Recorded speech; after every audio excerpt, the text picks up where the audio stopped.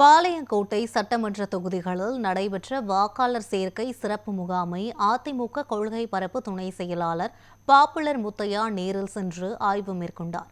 SIR சிறப்பு தீவிர வாக்குத்திருத்த முகாமிற்கு பிறகு வாக்காளர் வரைவு பட்டியல் வெளியிடப்பட்டுள்ளது.